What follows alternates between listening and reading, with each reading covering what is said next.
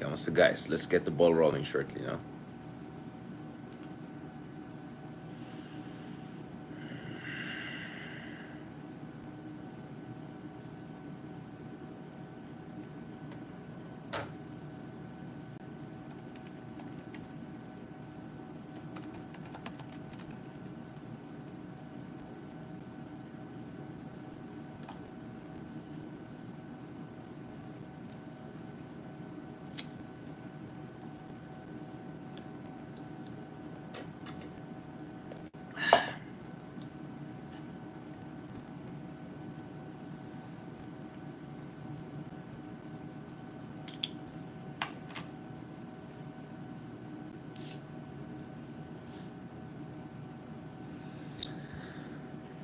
Good evening! Good evening! Kamusta kayo dyan? Wait lang, parang may nakita kong bitag kanina sa sa Congress ba yung Senate? Anyway, magandang hapon po sa inyong lahat. Ay, magandang gabi na po sa inyong lahat. Medyo sorry, sabaw na ako. Kanino pa ako mahaba-habang interviews kanina sa tatlong guests natin na ukol sa mga nangyayari around the world, including dalawang guests natin na US-based scholars with Asia expertise at kanina kausap natin dun sa show natin sa One News TV5 na The View from Manila. So God willing, over the coming weeks, mapapanood niyan. Pinag-usapan natin, what could MAGA 2.0 mean?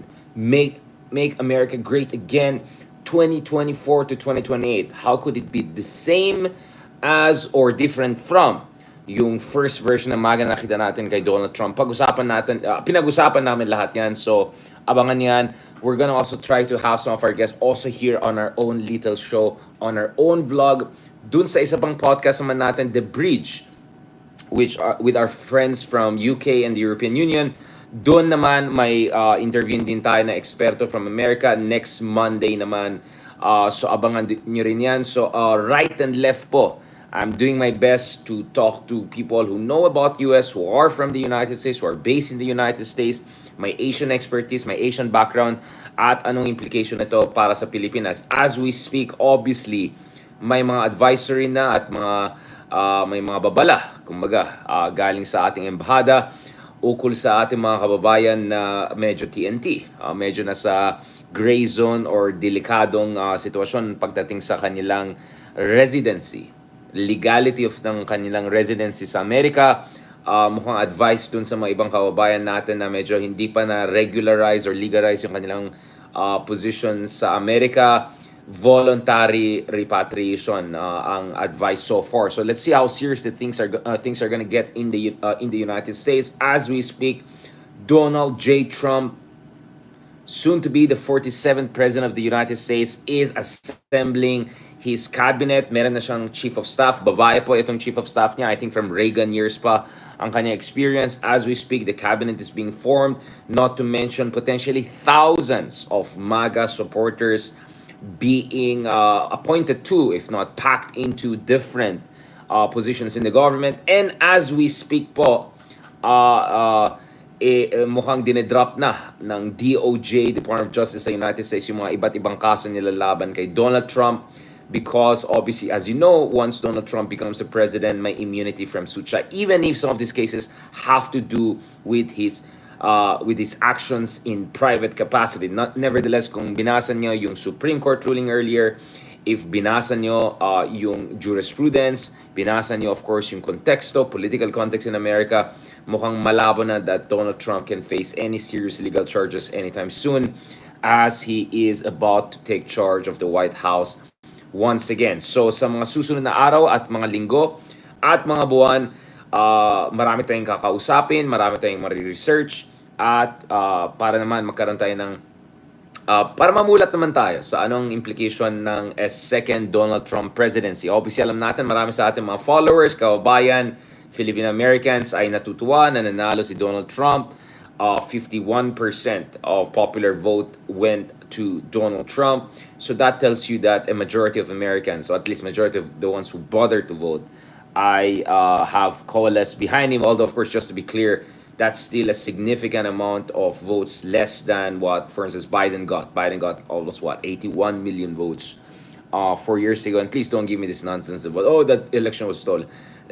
if the Democrats were in the business of stealing elections, this would have been their chance. Not 4 years ago when actually Trump was in charge of the government. But anyway, ayaw natin relitigate yan. I'm just saying, malaking implication po ng US elections at saka pagbalik ni Donald Trump ng essentially MAGA 2.0 sa Amerika, especially kung may mga kamag-anak kayo or may kakilala kayo or may balak kayo na mag-migrate sa US or magtrabaho sa US. I'm hoping for the best, but at the same time, of course, dapat maging realistic din tayo doon sa likely very, very strict migration rules na ma-implement once a new administration comes into force. Now, bago natin pag-usapan pa ng US ng masinsinan at sabi ko nga, abangan nyo naman yung mga interviews natin kasi halos isang oras bawat yung mga interviews natin. Big picture analysis including Trump with Putin, Trump with China, Trump with Iran, Trump with North Korea, Trump with the Axis powers. Lahat yan pinag-usapan natin sa mga iba't ibang episodes natin. Abangan yan, not to mention also interview natin with, congratulations, newly promoted to General right now, Mike Lohico. Pinag-usapan din natin ang Typhoon missile system, AFP modernization, susunod na balikan ng exercises. So all of these issues I've been trying to cover in the best of my capacity. So maraming salamat sa lahat ng mga sumuporta sa atin through and through in order for us to have this kind of serious strategic discussions. Alright. Kahapon may mga nagbabash na naman sa atin. Richard, medyo boring ka, Richard. Bakit ganyan? Talagang ibang klase talaga, no? Once in a while na lang tayo medyo lecture mode ng konti para medyo magkakaroon tayo ng theoretical and medyo philosophical understanding of things. Ayan, nababash pa tayo. But anyway, don't worry. Balik na naman tayo sa Zarzuela, aka Philippine politics. Over the past 24 hours, medyo umiinit na ang panahon pagdating sa relasyon ng Kongreso at Senado. At katulad ng sinabi natin parati, di ba? It's just a matter of time na magkakaroon talaga ng hidwaan openly ang mga supporters ni Digong at saka yung mga ibang miyembro ng Senado na siguro hindi natutuwa masyado sa ginagawa ng Quadcom dahil aminin natin medyo nasasapawan or medyo napapaya or actually nalalamangan, 'di ba? Medyo lamang yung Quadcom pagdating sa breadth of investigation, pagdating sa credibility of investigations. Hindi ko sinasabi na perfecto yung Quadcom, marami tayong pag-usapan. Of course, as we speak, meron na pong mga demolition job, yung mga alam niyo na, mga troll farms, mga bayaran. Alam na natin sino mga to. Itago na lang natin sa pangalan na, okay, wag na natin pangalanan ng mga patay gutong vloggers na iba dyan. Anyway, balik natin ito.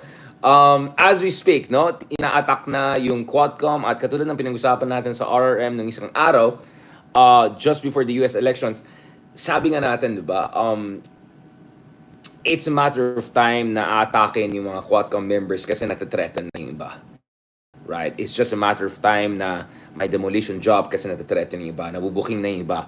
And as we said, obviously, minsan may mga amateur hour din yung mga, not to mention, sir naman, kung medyo hindi English talagang number one, first language of, or language of choice mo, then okay lang naman mag-Tagalog di ba? Especially kung hindi kasing konyotic natin, di ba? Go lang, sir. Wala namang problema na magtatagalog. Sabi nga ni Boy Sile, di naman tayo Amerikano, ba't pa tayo mag-Ingles? Di ba? Napakagaling talaga ng mga ibang senator natin nowadays. Now, balikan natin ito, guys. Boom! So, as we expected, open warfare na mangyari dito sa pagitan ng lower house and the Senate. I don't want to call it the upper house anymore kasi yun nga, alam naman natin. And it's not like totally surprising yan because over the past 2 years, grabe din yung bangga ng Senado at Kongreso. But actually, in the previous episode ng itong bangga ng Senado at Kongreso, mas sympathetic ako sa Senate. Kasi kung maalala nyo, meron na balak talaga magpatsyatsa yung iba at may mga dodgy plans na baguhin yung ating saligang batas. In principle, I have no problem having a proper, legitimate, intelligent, conscientious, patriotic conversation kung talagang kailangan natin baguhin yung form of our government so that hopefully we have a better system of government. Wala akong problema dyan. But, alam natin na may mga dodgy, shady, trapoy plan the other year to change the Constitution. So, salamat naman kay former or ex Senate President Zubiri, among others, ay medyo lumaban sila and they asserted also their prerogative on this at niremind nila yung lower house na ang Senado is not a pushover and they're not going to be outnumbered because after all, they may be just 24 but they are elected nationally. So hindi lang sila pitsugin, lalaban sila. Anyway, that episode ended with essentially Zubiri being ousted kasi I think that contributed to alienating many sides among many factors na diniscuss natin sa RMM at different episodes natin. So this year naman, iba naman ang situation ngayon. Ang sitwasyon naman ngayon is dahil eto na, masakit ng katotohanan pagdating sa politika, medyo nabubuking ng iba, at not to mention sa Senado, mukhang talagang, ayoko naman sabihin na walang iya, pero mukhang walang etiquette, no? Walang medyo, 'di ba? Yung iba na alam naman natin na sangkot dun sa drug war ni Digong at ngayon in-investigate for questionable conduct, if not criminal conduct. At obviously ngayon nakikita natin ibang tao ginagamit nila yung kanilang posisyon sa Senado to actually prevent or frustrate a proper investigation of the available evidence pagdating sa kampanya laban sa pinagbabawal na droga. And here, nakikita natin may reversal na yung lower house talaga nag-step up over the past 6 to 9 months, especially dito sa investigation ukol sa drug war ni Digong, not to mention confidential funds ni Sara Duterte, not to mention so on and so forth. So on and so forth. As I said, just to be fair to the Senate, there have been a number of very good hearings, but practically Riza Hontiveros was the person there. And kudos also to Sherwin Gatchalian and other senators who also did their job. But you also have the situation of people like Bato de la Rosa essentially having no sense whatsoever, right? Of etiquette, considering na may conflict of interest siya when you're looking at soft investigations that look into, well, guess what? His own conduct as the former Philippine National Police. Alright, on that note, pag-usapan natin yan, bakit tayo may Serbian na kasama? Okay, how did that happen? On that note, nagkaroon ng back and forth kahapon between Barbers and Bato, or actually earlier this week. After all, because Senator Bato, of all people, kine-question niya yung kalidad at objectivity at kine-question din yung kine-question din whether credible itong Quadcom investigations. Bato de la Rosa talking about credibility. Always interesting, always interesting. So, in light of that, kahapon, check natin yan. Actually, this is 8 hours of hearings. So, aminin ko, wala akong time kahapon panoorin lahat yan dahil busy tayo sa US elections, breaking down from 7 a.m. to 7 p.m. and beyond, not to mention yung mga metas natin. So, aminin ko, hindi ko napanood kompleto yung 8 hours na yan. I'll post the link there so that you can check it on your own. But I want to focus on at least the opening lines at some of the more strident statements from the chairman of the Quadcom, Congressman Barbers, with respect to the criticism levied by Bato and Team DDS, essentially. Team DDS, Team Drug War, sa ating minamahal na Senado na napakataas ang kalidad ng kanilang mga hearings and investigation when it comes to anything that has to do with Rodrigo Duterte. Alright? So let's just look at the opening statements here and then transition back tayo. Pag-usapan ulit natin yan as we discuss Bato and dalawang B, Barbers versus Bato. Eventually, we're gonna transition also to BBM later on. Magagalit na naman yung mga DDS sa atin kasi ang pag-usapan ko later on is ukol naman sa West Philippine Sea. May mahalagang batas po ay napasa ng ating gobyerno na may kinalaman sa West Philippine Sea. Good news yan, good news yan. Again, it doesn't mean that BBM is great and fantastic and we're gonna forget about all of the kakulangan, kapalpakan, whatever. But I think it's worth discussing because after all, lahat naman tayo minamahal natin yung ating bayan at saka yung mga nangyayari sa West Philippine Sea. For now, balikan natin itong Bato Barbers drama. Opening remarks. Magandang umaga po. Good morning, esteemed co-chairs. Good morning. Honorable colleagues, distinguished guests, ladies and gentlemen, our senior deputy speaker, the proponent of this investigation. Yun. Welcome to our 10th Quadcom hearing. Uy, siya. Today, we shall continue with our inquiry on the issue on illegal drugs. If you recall, we started in the Committee on Dangerous Drugs in October of last year, Right. 2023. Mag-1 year na. We investigated the illegal drugs seized in a warehouse in Mexico, Pampanga, which turned out to be owned by Empire 999, a corporation owned by Chinese nationals who pretended to be Filipinos. Ayan tayo. When the hearing started, they all disappeared. Records show that the main players have gone back to China Yun. using their real passports and identities. To date, Quadcom has initiated forfeiture proceedings of all their assets here in the country through the Office of the Solicitor General. The Quadcom now discovered that it was but the tip of the iceberg. Empire 999 is not alone in this illegal activity. Other corporations may have been formed to cover or mask this activity, as evidenced by their interlocking sets of incorporators, all the way leading to personalities who are long suspected of illegal drug activities, namely Lin Wei-Xiong Yun. and Mr. Michael Yang. Yun, Michael Yang, Advisor Tatay of Digong. President Rodrigo Roa Duterte. Yun. This discovery led us back into the past. Witnesses now claim that powerful people associated with these two Chinese have facilitated the entry of illegal drugs into the country during the past administration. We have invited all these personalities today so we may know whether or not they have any involvement in illegal drugs. And we shall listen to their side later. We shall also resume the hearing on the extrajudicial killings that took the lives of more than 20,000 people during the past administration's war on drugs.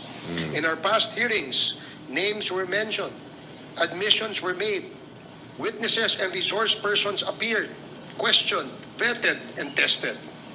Forced admissions in any way was never part of Quadcom. We may not have extracted yet the information fully from them, but we never put words in their mouths. Whatever testimonies and affidavits they presented before the Quadcom were given by them freely and voluntarily. We may be accused of providing entertainment and likened to a gag show. Yun. But who is laughing? On the Yeah. So yun yung sinasabi ko na, ito just to be clear, let me go back dun sa ating henyong senador. Paano yung senador to? Alam mo, nakakawalang... It's like, paano naging senador? I mean, alam naman natin paano na maging senador to mga factotum ng Digong back in the day.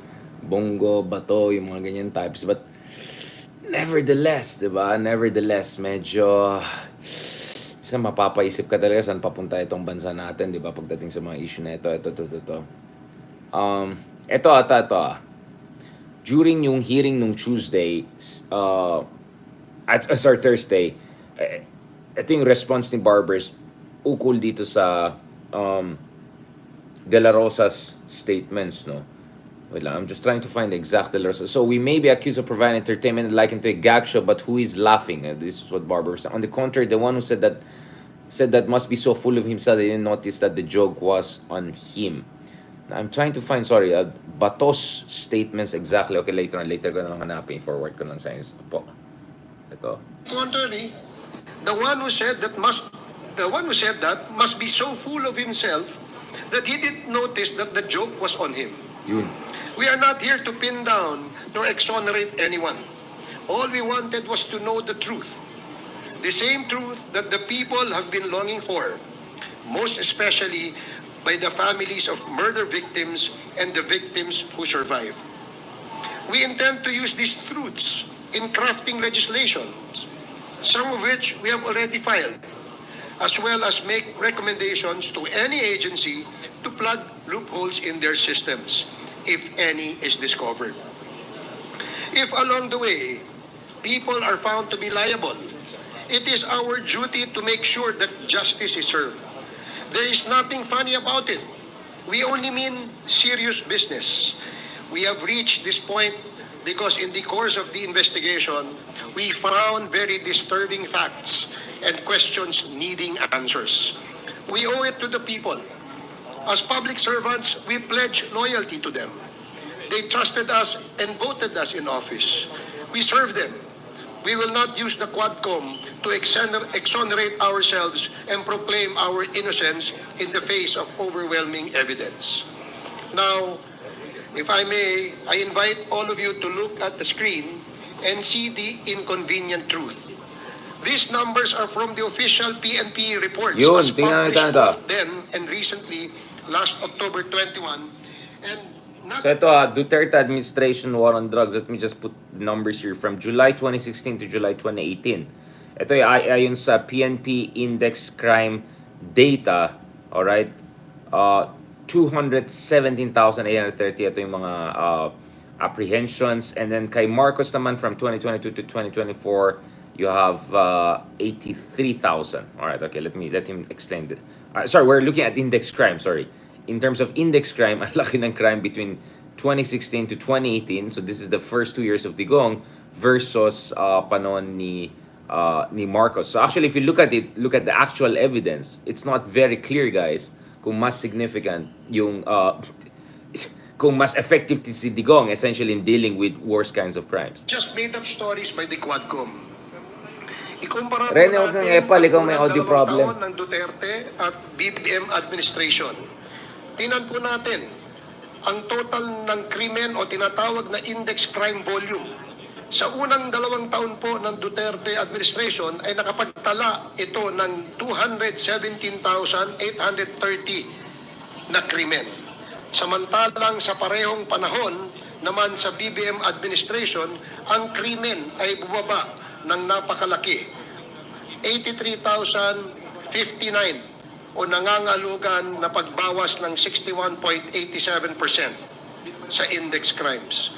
Any claim to the contrary is but a figment of the imagination and if not, a propaganda. Yun, alam na Pangalawa, natin is. tingnan po natin mula July 2016 to December 2017 ay may mga namatay o pinatay na 4,354. Ito. Okay. So kanina pinag-usapan yung index crime, meaning the number of serious crime committed at saka reported and recorded. Sobrang mas marami yung kay Digong kaysa BBM. Now, that I'm not here to say BBM doing is a fantastic job. I'm sure we still have a long way to go para ayusin natin ang problema sa krimen. Pero ang pinapakita ito na hindi talaga effective, hindi totoo yung sinasabi nila nung panahon ni Digong ay necessarily mas safe. Alam natin nung panahon ni Digong may propaganda na ganito. In fact, at isa sa napansin ko, kaya ang tawag ko dyan manufactured crisis at manufactured consensus Halos pare-parehos, verbatim yung naririnig ko sa iba't ibang tao ukol sa oo, ngayon sa panahon ni Digong, madali na umuwi, wala nang drug, ganyan. I mean, I'm sure that may be true in certain communities, pero ibig ba sabihin, okay lang na pumatay ka ng tao right and left kahit yung mga kabataan, ang dami namatay sa drug war? Of course hindi. At para lang feeling safe ka, okay lang na pumatay na maraming tao, may problema ka. Mukhang may problema ka talaga. Balikan mo yung pananampalataya mo, di ba? Not to mention yung pag-intindi mo sa ating saligang batas at saka ano bang democracy, di ba? At sigurado mo, hindi naman ikaw madali na nagsakala nila, ikaw mukhang drugista tapos yayarin ka para naman kota sila.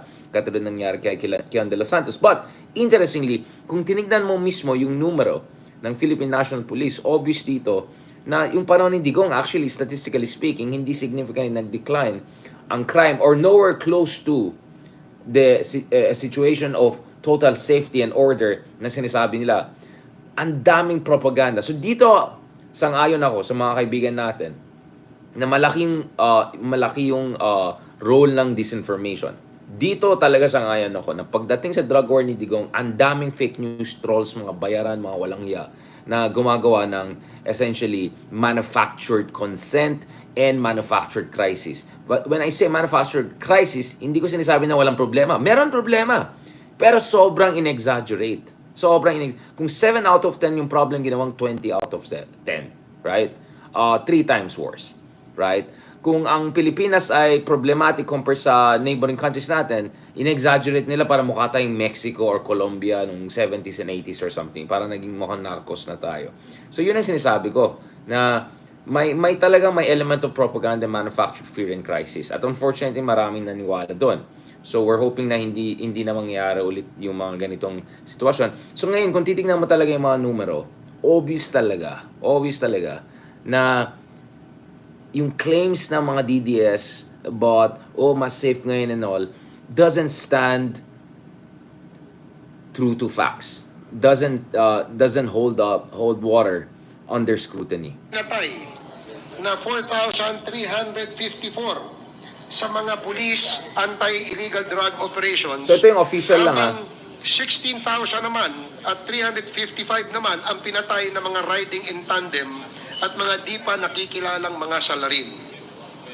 Noong 2018, inilagay ng PNP sa kategoryang HCUI or homicide cases under investigation na umabot sa talang Yun ang 23,327. So ito, by the way, ito numero guys yan ng PNP. Yan ang sinasabi ko. Ang pinaka-syungang argument na rin ko. No offense. But dito talaga ako napapaisip talaga ako. Paano mo sabihin na ang Pilipinas ay mas safe, right? Kung tumaas yung homicide rates. That's like the worst crime. Pag ang dami namatay right and left, how on earth does that mean that mas safe yung bansa mo? In what universe? In the only universe where that could make sense is kung kulang sa konsensya ng tao or natakot ng tao dahil sa propaganda, at pangatlo, sinasabi na lahat naman namatay ay drugista or criminal, etc. So alam natin on all those fronts, problematic yung panahon ni Digong, 'di ba? So these are numbers of PNP na umamin sila na hindi lang libo-libo, tens of thousands na homicides na nangyari. At hindi nila ma-explain. At doon papasok yung EJK, extrajudicial killings. Because ang sinasabi ng mga witnesses, ang sinasabi ng eksperto, ang sinasabi ng mga tao na pinag-aralan itong issue na to, para sa kanila, klarong-klaro, nang nangyari dito is may mga hired death squads. At ito yung tinatawag na Davao model. So Davao, allegedly, yung mga hard death squads, ito yung mga former NPA, right? Na kino-coordinate indirectly with the government.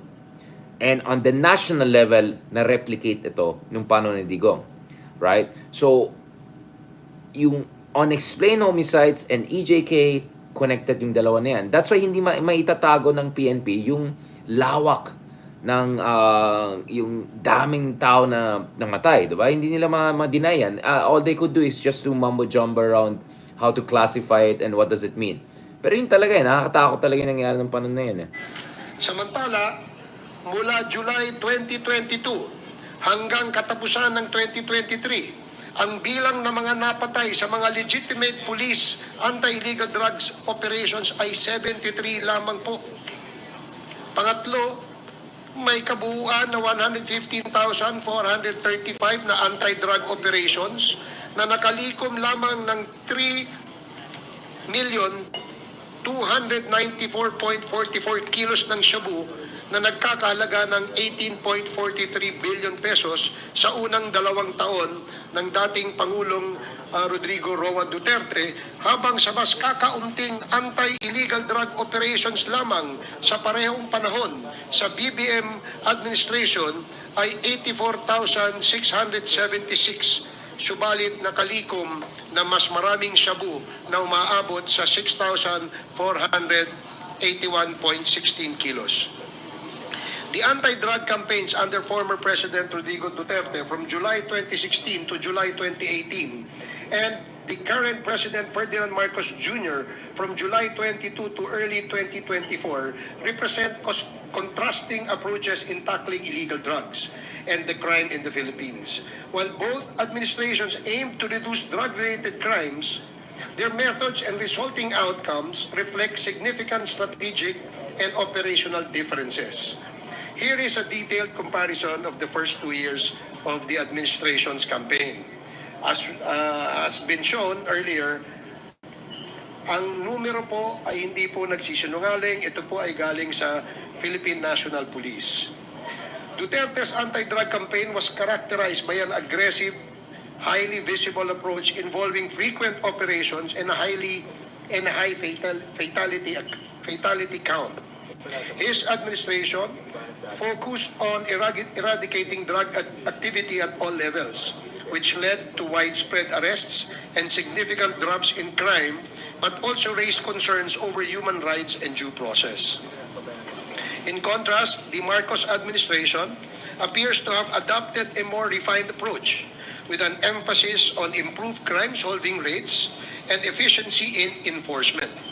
The significantly lower number of fatalities coupled with large drug seizures and high-value arrests suggests a strategic pivot towards disrupting drug networks through focused, intelligence-driven operations. This approach may Surgical. reflect a more sustainable model aiming to dismantle supply chains rather than focusing on sheer arrest numbers or area saturation tactics. In conclusion, both administrations achieved reductions in crime and drug-related offenses. But But the Duterte administration's approach was more intensive and controversial with high casualties and widespread operations. The Marcos administration has made efforts to continue the campaign with fewer fatalities, a higher concentration on strategic arrests, and increased operational efficiency, suggesting a potential shift towards a more systematic and less violent anti-illegal drugs approach. The numbers mentioned above are real numbers. Sa totoo lang po, hindi namin alam ang mga tunay na pangyayari sa likod ng mga numerong ito hanggang nag-umpisa ang ating investigasyon. Ang sinabi na ating lahat na kwento ay ang karamihan ng mga pinatay ay kagagawan ng mga vigilantes yun ang na sasabi hindi natin. pa nakikilala habang ang mga natitira ay biktima naman ng legitimate police operations kung saan ang mga pinatay ay sinabing ng laban. Sa mga testimonyang malayang ipinahayag sa ating mga pandinig, ay naipakita na marahil dito ay bunga ng pamamaslang ng mga operatiba o pulis na inutusang pilitin ang mga nahuhuli na manlaban upang tuluyan na silang mapatay.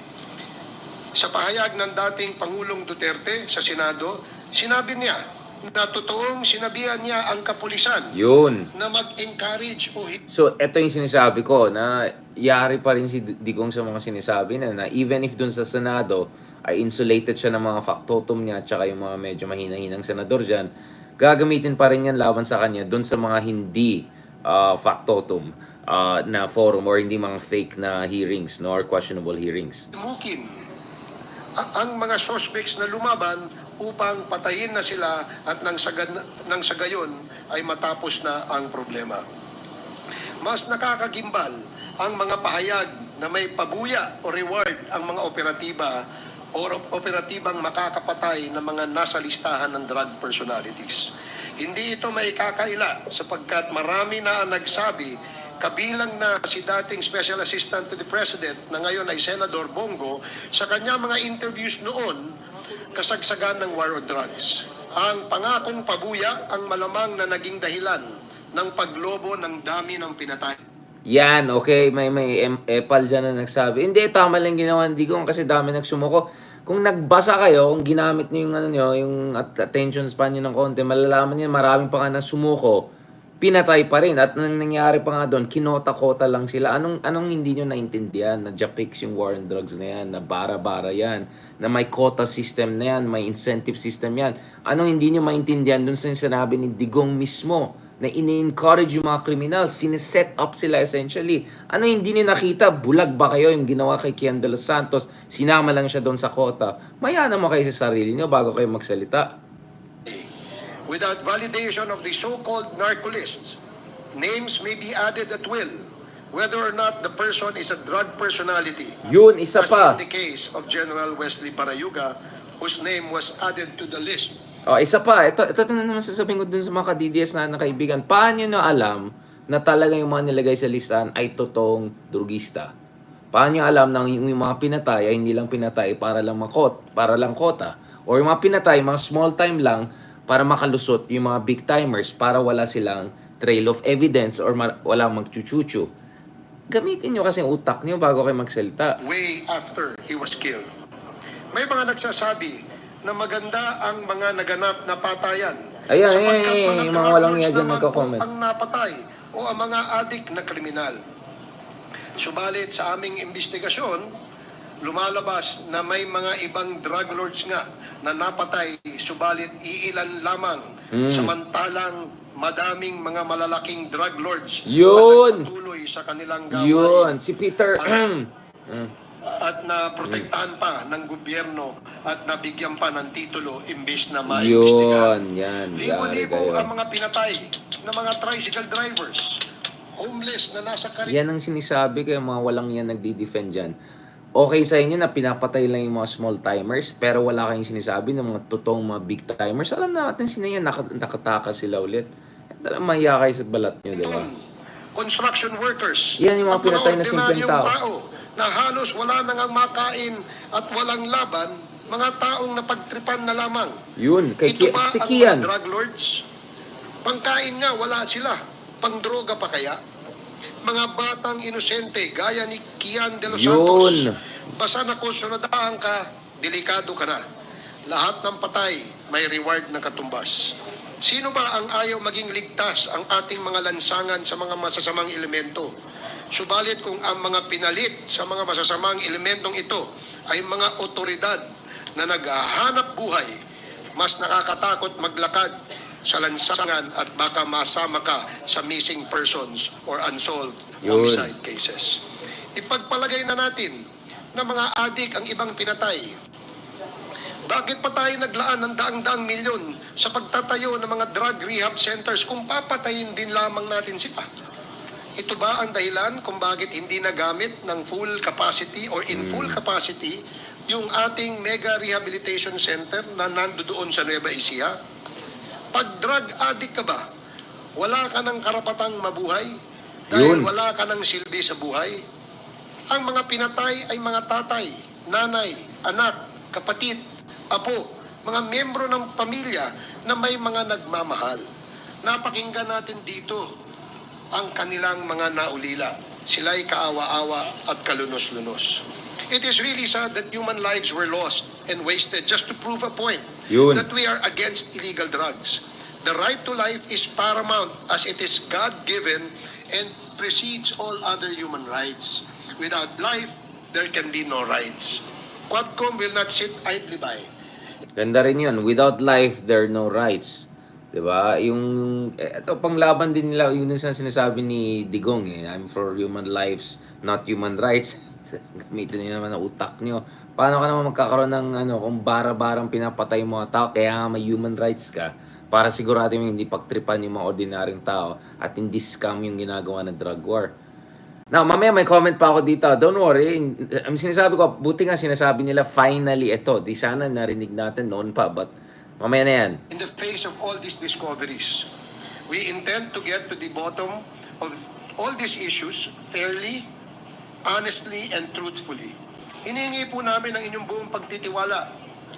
Hindi po kami nag-aakusa lamang dahil sa politika o ano paman. Kayo po ang humusga. Inilalatag lamang namin ang aming mga impormasyon at katotohanan base sa mga salaysay, tunay na pangyayari at mga dokumentong nakalap sa aming mga pag-iimbestiga. Patuloy po naming babantayan at sisiya sa atin ang mga aligasyon, akusasyon at impormasyon para mapangalagaan ang ating bayan. Maraming salamat at magandang umaga po sa ating lahat. Okay, so eto, lahat ng essentially mga sinasabi natin throughout the years, lumabas na dito. So I think that was a very robust summary ng mga counterpoints dun sa mga sinasabi ng mga kadidiyas natin. Unang-una, paano maalam na yung mga tao na sa drug list ay totoong drogista or may kinalaman sa issue ng pinagbabawal na droga? Hindi natin alam hanggang ngayon kung paano ba yung nabubuo itong mga drug list ni Digong. Hindi natin alam. So, unang-una, red flag na yan. Pangalawa, nagre-rely ka sa kapulisan na alam mo naman, hindi pa nilinis yung mga ranks. Alam mo naman na maraming kabalastugan ang nangyari throughout the years. So, you're relying on a problematic institution to conduct something and then binibigay mo sila, essentially, ng carte blanche, ng blank slate na gawin nila. Obviously, magkakaroon ng mga mali. Hindi mo nilinis yung sistema bago mo yung unleash, di ba?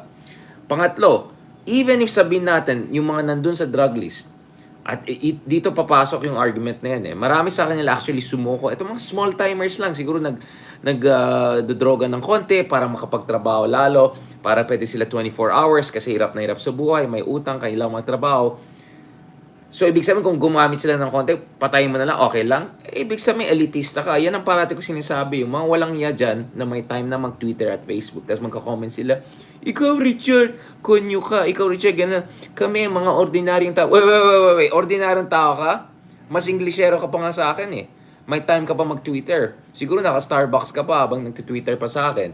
Okay, wag kang magpanggap, alright? Mga plastic na tao na yan.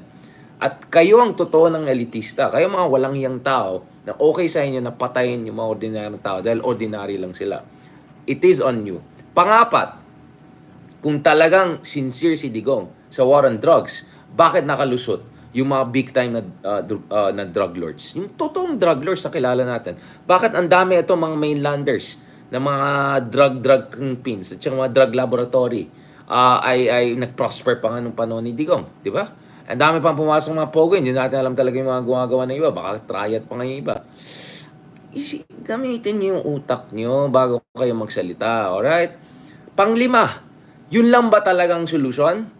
Patayin na lang lahat? Kahit sabihin natin yung big time na drug lord, ratratan na lang, you know it will always go in the wrong direction.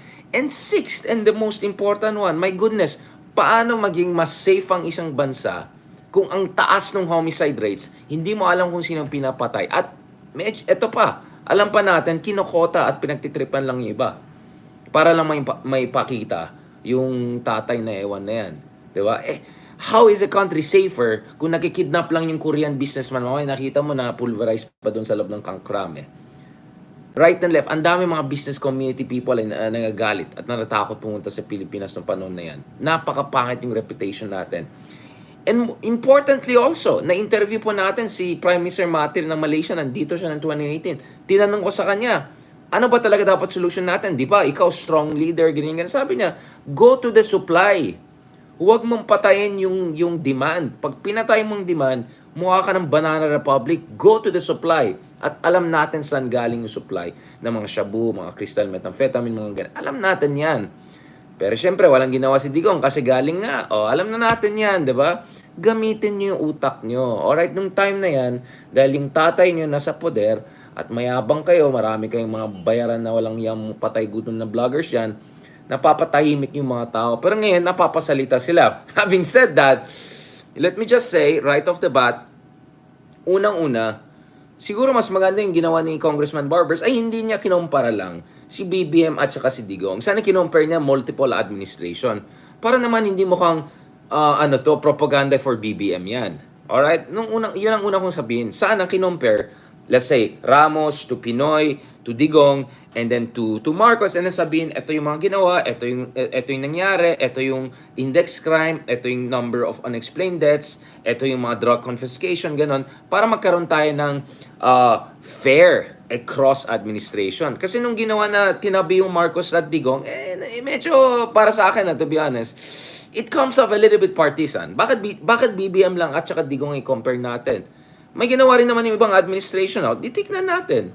So I just felt that's not optimal. So advice ko lang kay Congressman Barbers and mga others, para maging mukhang fair kayo, ipasok nyo rin yung numbers ng mga dating administration. Baka nga mas okay pa nga sa akin nila, hindi lang natin alam. 'Di ba? Para lang magkakaroon tayo ng idea, 'di ba? Yung ratio ng drug operations to death rates, to confiscation, to reduction in index crime, para lang okay, 'di ba? Dapat fair multiple administration. Pangatlo, ito lang masasabi natin mga kameta. Pangatlo, mahalaga din 'yan.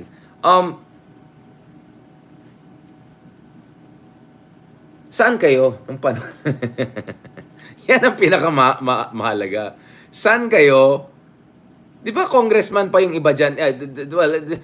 Marami dyan nasa kongreso ngayon na nagko-complain laban kay Digong. Hindi ba congressman din kayo dati? So, bakit di nyo sinasabi noon? Bakit ngayon lang kayo nagsasalita? Kaya madali sabihin na pinopolitika lang yan. Unang-una, bakit kino-compare mo lang Digong at saka BBM? Bakit hindi yung mga ibang administration? Pangalawa, saan po kayo nung panahon ni Digong? Sana naman, 'di ba? Nagsalita kayo noon pa lang. Kaya nga trabaho niyan, fiscalizer kayo, 'di ba? Now, I also want to say this, having said all of those criticisms, ito yung napansin ko talaga sa BBM administration eh. Ito na nga, inatak ka ng right and left ng mga DDS, di ba? Inatak ka ng right and left ng mga DDS. Na sinasabi, palpak ka, wala kang ginawa, mahina ka. Actually, yung talking points ni Barbers, actually, hindi siya talking, in fairness, based on facts siya, yun ang dapat gamitin ng mga supporters ni BBM. Dapat ganyan ang gagawin ng administration. Bakit? Sa isang congressman na nag-investigate sa mga kababalaghan ng panahon ni Digong, natin nalalaman yung mga magagandang supposedly nangyari sa ilalim ni BBM. Dapat yan, maririnig natin galing diretso sa administration at saka supporters niya. O siguro hindi ko napapanood yung mga loyalists dyan na vloggers and all, but they have to do a better job and push back and to show na actually may ginagawa sila. The reason lang siguro hindi na alam ng tao na anong nangyari is because hindi naman pumapatay ng tao na bara-bara si BBM. Or katulad ng sinabi ng Barbers, mas surgical, intelligence-based, calibrated yung approach at most cost-effective and you protect lives. At saka magandang sinabi niya, there's no human rights if there's no human lives. Kung pumapatay ka lang ng tao, right and left, paano mo na masasabi na ginagawa mo mas magandang bansa? So, ito yung mga takeaways ko dun. But before we end this, I want to also go to the other part because sang-ayon ako dun sa assessment ni nung kaibigan natin si Kristan na former Senator Leila de Lima, who I think more than anyone else should be credited for standing up to Digong and exposing yung mga kababalagan ni Digong nung mayor pa siya in terms of human rights violations, EJK, etc. Mukhang hindi pa siya 100% ready nung time na nagkaroon nung fake hearing nila Bato, whatever. But this time, tignan natin naman yung performance ni Senator De Lima because I felt this time naman mas dito mo makita talaga na itong Quadcom na yan for all of its imperfections. For sometimes sounding a little bit too pro BBM. And also, not to mention, ano bang yung sinasabi ng Panong Digong? For a moment, let's put that aside. Dito makikita natin na mas legit itong hearing na to at dito natin nakikita na mas komportable yung mga katulad ni Senator De Lima to say what they have to say. Para makita nyo, okay? Salamat, Mr. Chair. Alright, so Senator... Again, 8 hours to, so I cannot go through all. Have your own presentation. Madam Senator, if I may, Congressman Abante, with your indulgence, since the topic of the dangerous drugs for today's committee hearing is already finished, we will excuse those that were invited for the same topic. So lahat po kayo na ang reason why you were invited is to shed light on the dangerous drugs issue. You are exempted, you are excused, and hopefully you will again attend the next scheduled hearing on the same topic. So, former Senator De Lima, you are now recognized. Yun, tingnan natin. Thank you, Mr. Chair. Good afternoon, Mr. Chair. and Tingnan natin kung other nakinig siya sa members advice. of the committee of the Quadcom, and also good afternoon to my fellow resource speakers. Actually, Your Honors, Mr. Chair, mahaba-haba po yung aking presentation. And I think you will understand as I go along bakit mahaba. But I'll try to speed it up. Best efforts ko po. So can we now have the first slide? So my presentation here is actually supplemental to my presentation during the last hearing, the 9th joint public hearing held last October 22. At natatandaan niyo po na nasabi ko nung hearing na yon na yung sinasabi ni Colonel Rowena Garma Yun, kay Garma, na balikan. Davao model, na yun daw ang gusto na ipasunod o i-adapt ng dating Pangulo, nung naging Pangulo na siya, dyan sa war on drugs, walang iba ang tinutukoy noon kundi yung DDS. Yun. So ang una kong tatalakayin, ano ho ba yung DDS? Lalo na may ilan-ilan hong mga resource persons na tila baga they're feigning What ignorance is DDS? about the existence of No, but this is DDS. legit. This is legit. What This is the legit. DDS? Yung DDS ho kasi, Davao Death Squad, ay actually coined po yun ng Davao media. Kasi dun nga ho sa mga sunod-sunod at prevalent na mga street executions noon sa Davao City in the 1990s and 2000s. So yung media po ang nagbansag na DDS or Davao Death Squad. Ang organize po ng DDS ay walang iba kundi si MRRD, then Mayor Rodrigo Duterte, Roa Duterte, and Major Ernesto Macasaet in 1988. Its PNP component ay ang tawag naman Anti-Crime Task Force, and yung meron din siyang civilian component ang tawag Lambada Boys. Ang pinaka-mission po ng DDS Lambada was to po, eliminate mostly small-time criminals such as drug pushers, drug addicts, pickpockets, and neighborhood traffics. Yun po ang madalas nilang biktima. Pero makikita nyo po mamaya, sa ipapakita ko yung mga iba-ibang insidente nung mga operations ng DDS. Meron din ho sila mga pinapatay na kahit hindi naman mga drug personalities. Yun ang Pero sinasabi. pwede natin masabi na karamihan ng mga tinatarget nila ay yung mga street pushers and mga petty criminals. The list of suspects was drawn up by barangay-level civilian volunteer organizations and barangay officials, and targets for elimination were solely approved by MRRD. Noong 2001 po, naging anti-crime task force siya, yung na-reorganize yung anti-crime task force kasi po yung yan ang unang pangalan into the Heinous Crime Investigation Section or Task Force, HCIS, ng Davao City Police Office.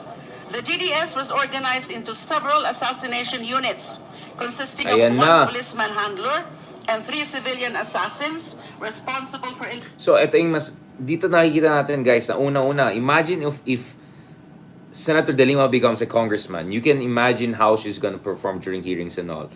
At pangalawa, dito mo makita bakit nahirapan talaga si Ma'am De Lima dun sa hearing na yan. Imagine, doing all of this presentation and all of that, and then andun si Bato de la Rosa, andyan si Digong, andun yung cheering squad, andun yung mga factotum ni Digong, andun yung mga ibang tao na may utang na loob kay Digong kasi convicted sila sa corruption, tapos ngayon okay na. Andun yung mga ibang tuta, di ba? Andun yung mahinang chair na dating naging Senate President lang dahil sa kanya. Mahirap talaga. So now, in fairness, maintindihan mo talaga bakit nahirapan si Leila de Lima, no? Na sabihin yung katotohanan kasi tingnan mo naman gaano ka-detailed and gaano ka laki ng implication ng sinasabi niya. Talagang nakaka-booking talaga. So tingnan natin yan.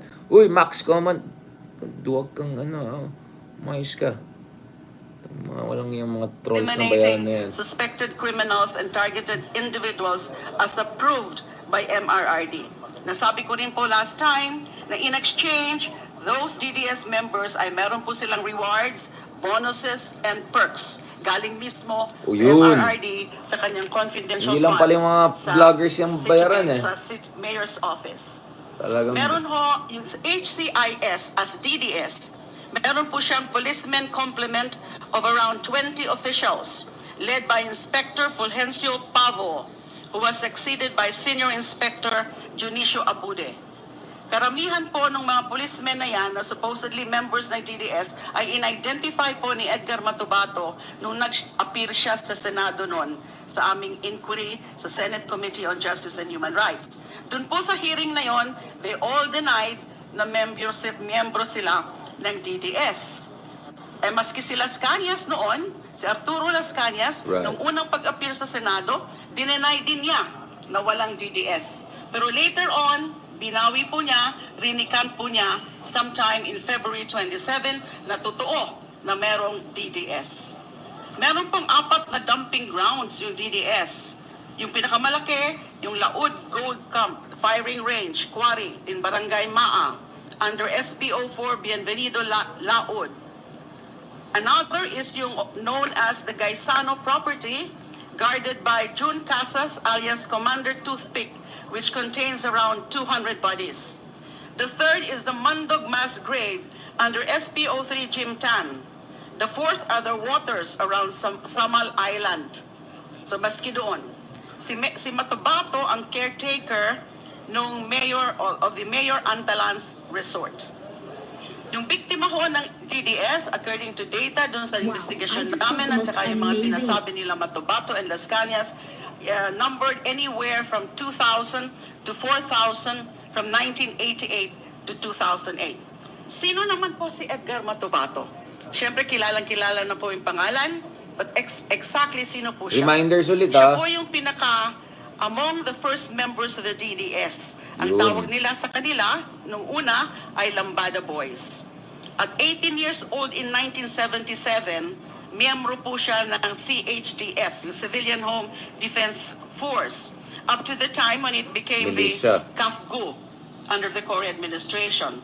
Noong 1988, recruit siya ni MRRD as his personal recruit siya sa DDS nung personal bodyguard ni MRRD named Dodong Pagidupon.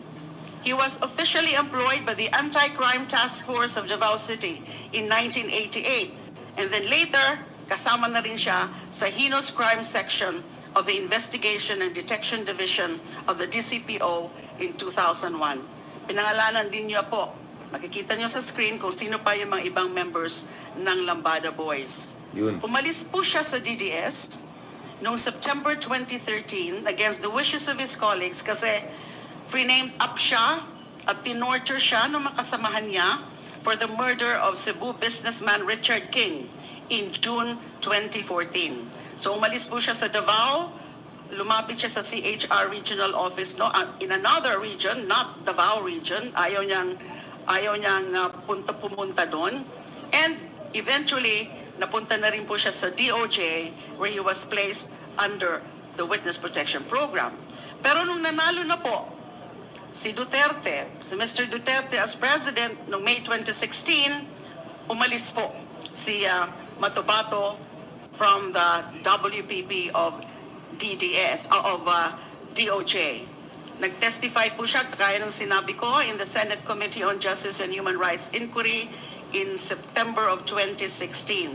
And then eventually, he filed a criminal complaint against Duterte and the DDS members with the Office of the Ombudsman. Hindi ko na po alam exactly kung ano ang pinaka-status ng criminal complaint na yan ni Mr. Matubatong. Alam ko po, pending pa ho yun. Now, allow me, on the basis of the complaint affidavit of Edgar Matubato, na meron po akong kopya, ito po yung sinabit niya sa Office of the Ombudsman. Nandiyan nga po. Next slide. So the first page and the last page are being shown. Ito pong susunod na mga slides, mabilisan lang po. Ito po yung mga specific incidents of killing occurring to Matubato upon orders of then Mayor Rodrigo Duterte. Mabilisan lang. You can take a look at that. 1992, 1993, 2002, 2003. Yan po si June Porras pala. I think he's a media guy.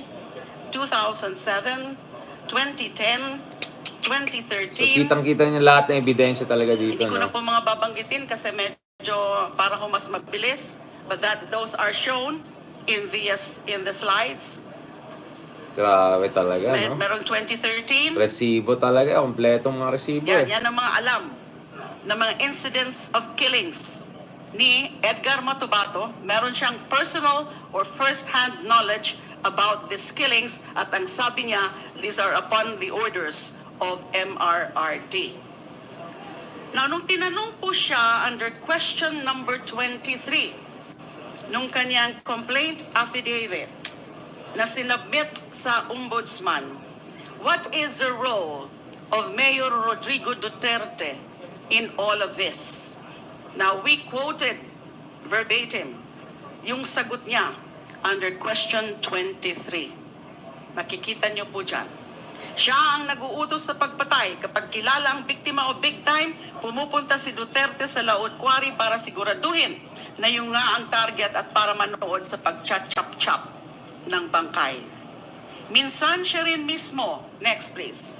This is the continuation of the answer of Mr. Matubato dun sa tanong, what is the role of Mayor Rodrigo Duterte? Minsan siya rin mismo ang pumapatay. Nag-cite siya ng one example that happened in 1993. Yun, ayan na naman. Naikwento daw nila yung isang NBI agent ng pangalan Hamisola na nakabalagbag yung kanyang pick-up sa daan. Sinita siya ni Police Chief Inspector Pavo sabay sigaw ng, sa'yo tong daan? May kausap daw na babae yung NBI, pero napansin ni Pavo na may baril, kaya bumunot siya. Mas mabilis bumunot yung NBI agent at binaril niya si Pavo sa kamay at sa binti hanggang bumagsak. Pinagbabaril na rin namin pero magaling gumulong-gulong yung NBI sa ilalim ng sasakyan. Nahirapan kami pero tinamaan rin namin. May tumawag sa grupo namin kay Mayor.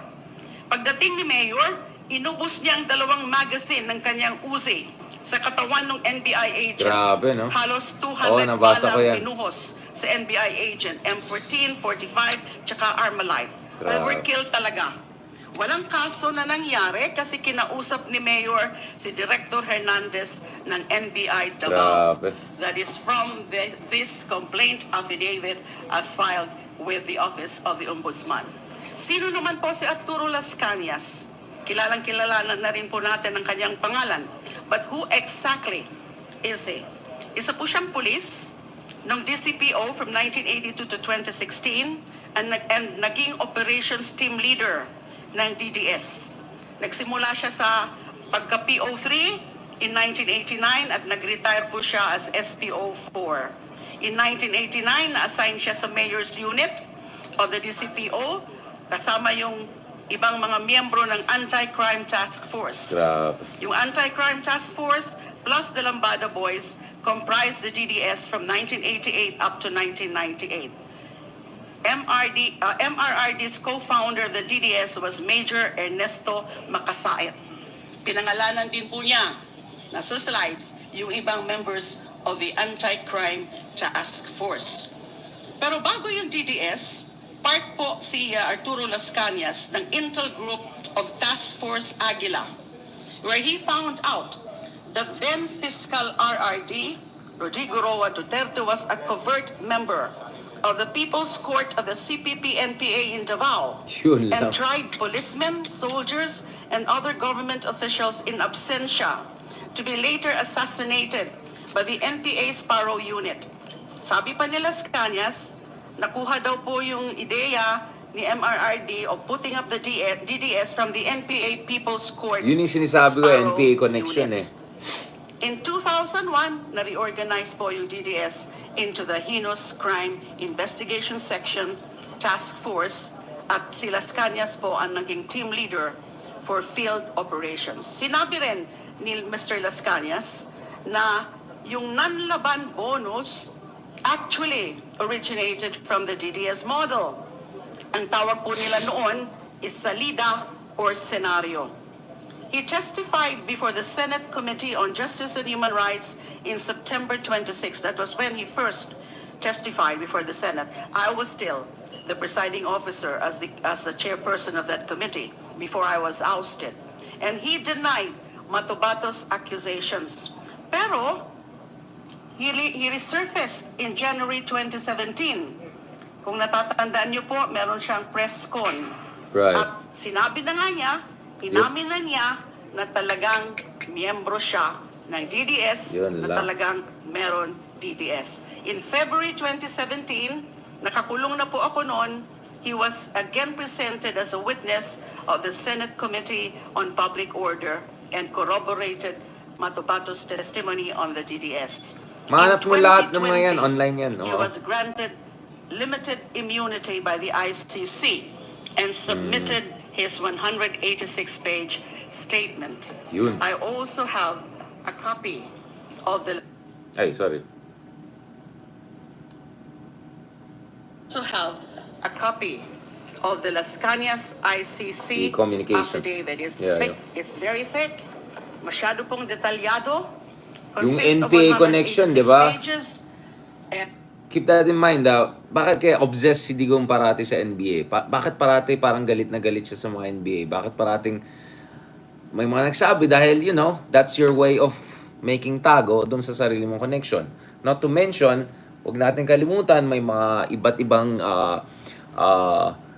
appointees si Digong, hindi na natin kailangan sabihin ng mga pangalan, na alam natin na dating NPA or may kinalaman dun sa communist movement sa Pilipinas. So, all of these are there. All of these elements are there. At don't forget, ang dati niyang mentor sa university ay si Jose Maris, si Joma Season, 'di ba? Si Joma Season. At kung maalala niyo from 2016 to February 2017, no? Essentially within 6 to 8 months, very very aggressive yung push ni Digong for peace process. Hanggang nagalit talaga yung military, nag-push back sila, and then mamaya nagwatak-watak ng NPA dahil yung mga regional commanders at saka yung mga negotiators sa Europe hindi tumutugma yung mga ginagawa at sinasabi nila hanggang nag-fall apart. But there's every reason to believe, ito yung sinasabi ni former Senator, former Justice Secretary, and former Commission on Human Rights Chief Leila De Lima. 295 paragraphs. Yan po yung kanyang affidavit. You will notice na pirma lang po ang nakalagay dyan. Ang explanation po dyan is that this was signed by Mr. Las Cañas before he formally submitted this to the ICC. Kasi presumably, dun na siya mag-o-oath before the ICC investigators. But in a video, next one please, in-authenticate niya yung signatures niya dito sa mga affidavit na to na may kopya, may kopya dito mga affidavit, na ito daw, okay, can we play that please? Let's play that please. That is Mr. Arturo Las Cañas. Where is the sound? The volume please. Audio. Audio, please. Technical team. This is Mr. Las Cañas. Yes, Your Honor. Naging mahaba na yung kanyang... So in effect, he is saying that that's Yes. it. No, he's going to sign in front of. He signed it last October 8, 2020. And in November, yun na po yung pag-submit. Actually, he submitted it on that day, October 8. My information is that he submitted it on that day. Although was granted limited immunity as a witness. Ano naman po yung mga DDS operations and victims according to Las Cañas and all stated here in his ICC affidavit, and before that actually meron din siyang affidavit nung binawi na niya nung sa Senate, but that's a shorter affidavit. Ito po yun. Ay, no, it's not. Where is it? Yung kanina. Allow the appreciation. Thank you, Mr. He intended to do that. Executed the existence of the DDS and his role in the DDS. Nung binawi niya, inamin na niya po na meron talagang DDS and he was very much part of it, yung DDS. Ito po, dito sa Pilipinas na sinubmit niya. Di hamak na mas comprehensive, mas kompleto, mas detalyado yung kanyang ICC affidavit. This whole thing here is his ICC affidavit. Mamamangha ko kayo kung magbasahin nyo itong ICC affidavit. Napakamaraming detalye. So in a nutshell, bibilisan ko na ho, DDS operations and victims according to Las Cañas. Ayan. Excuse me, ma'am. You have a soft copy of that documents? Soft copy? We will, Kasi it's better for us to have the soft copy as yes. well. Yes, For us to read it na. But right now, not yet. Yes, ma'am. We are preparing this. After today's hearing, I will submit Cañas. Next slide.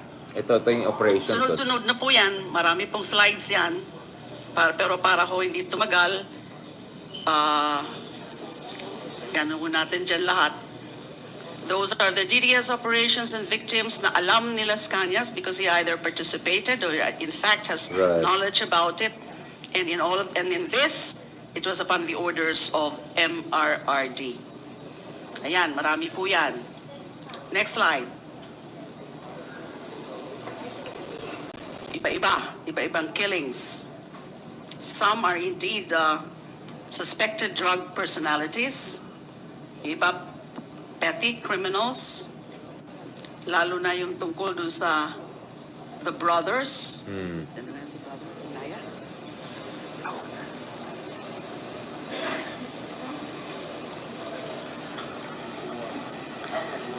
Noong 2000, the killing of Aliyah brothers, all were minors, apat po sila. Yun yung sinasabi, ng isang araw, di ba? Dates.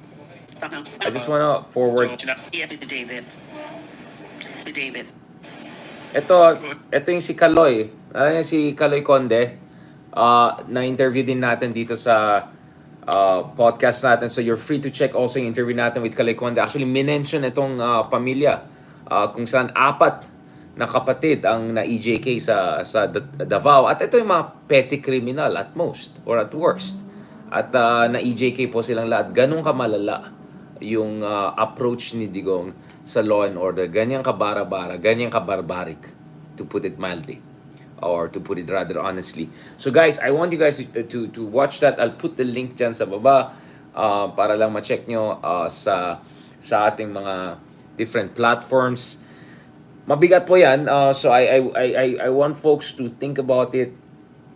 Dahil ang nakakalungkot po kasi dito is hindi natin alam saan pupunta ito, in a sense that will this culminate in filing of charges? Will this culminate in justice? We hope so. At least the ground is being laid down for that. But nevertheless, wag natin kalimutan, kung hindi nangyari talaga yung hidwaan ng mga Duterte at Marcoses, I'm having a hard time imagining na magkakaroon ng ganitong concerted effort talaga.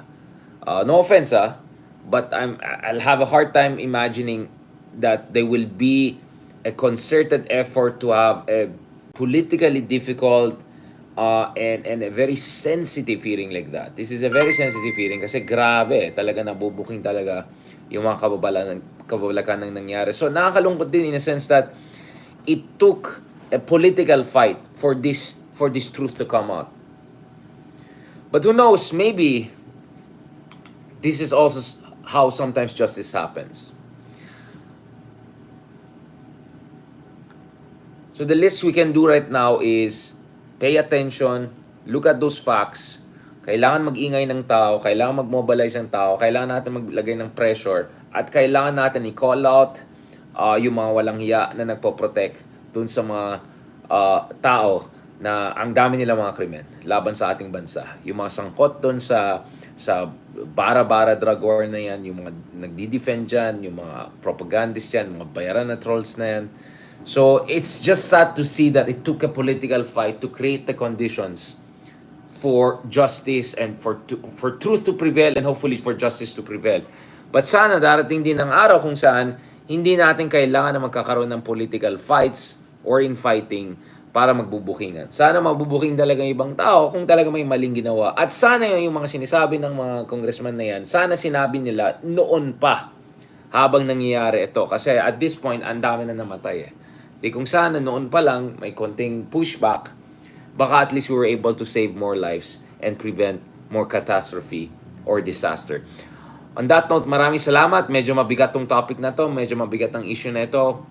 But at least lumalabas na yung katotohanan at sana naman this will set the record straight and set a precedence to make sure na we'll no longer have budol kings, we'll no longer have tatay style bara-bara drug war, and we will be able to call out inhumane, barbaric actions in the name of supposed law and order.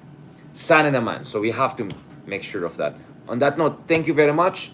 Maraming salamat and please continue to fight. Hindi natin kaya na tayo lang, di ba? Maliliit lang tayong tao. Pero kung lahat tayo gawin natin yung parte natin, I'm sure overall, we can push the country in the right direction.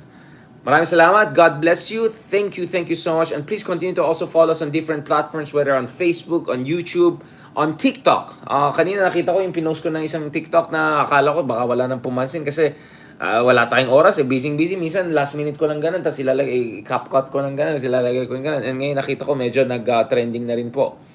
Yung latest na pinost natin ugol sa ano yung implikasyon ng US election. So check it out. Richard Haydarian 007 yan, nag-feeling James 1 dyan sa TikTok. Please continue to also follow us on TikTok para tuloy-tuloy rin yung momentum natin sa TikTok because we have to also fight the good fight in TikTok. That's the new DDS frontier. Dahil medyo dito sa YouTube, medyo no match na sila sa atin dahil bugbog sila sa mga independent vloggers katulad natin, sa mga loyalist na vloggers, yari sila. Facebook, wala.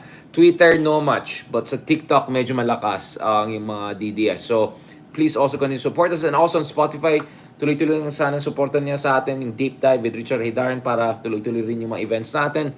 Para lang yung mga RRM natin, hindi lang dito, hindi lang dyan sa studio, para sana naman magkakaroon din tayo ng live event. At yung isang araw lang, kausap ko si Red Oliero, yung ating colleague sa One News TV5. And Cool Pals also, hopefully, magre-reunion soon before the end of the year. So lahat yan, tinitignan natin yan. So your support will be very essential to giving us the momentum, the inspiration, and the compelling argument to push for more engaging, for more inclusive, and for more interactive, right? Events, hopefully, in the coming months as the election season kicks off. God bless. Mabuhay po kayo at mabuhay ang Pilipinas. Thank you very much. Maraming salamat po. Thank you very much.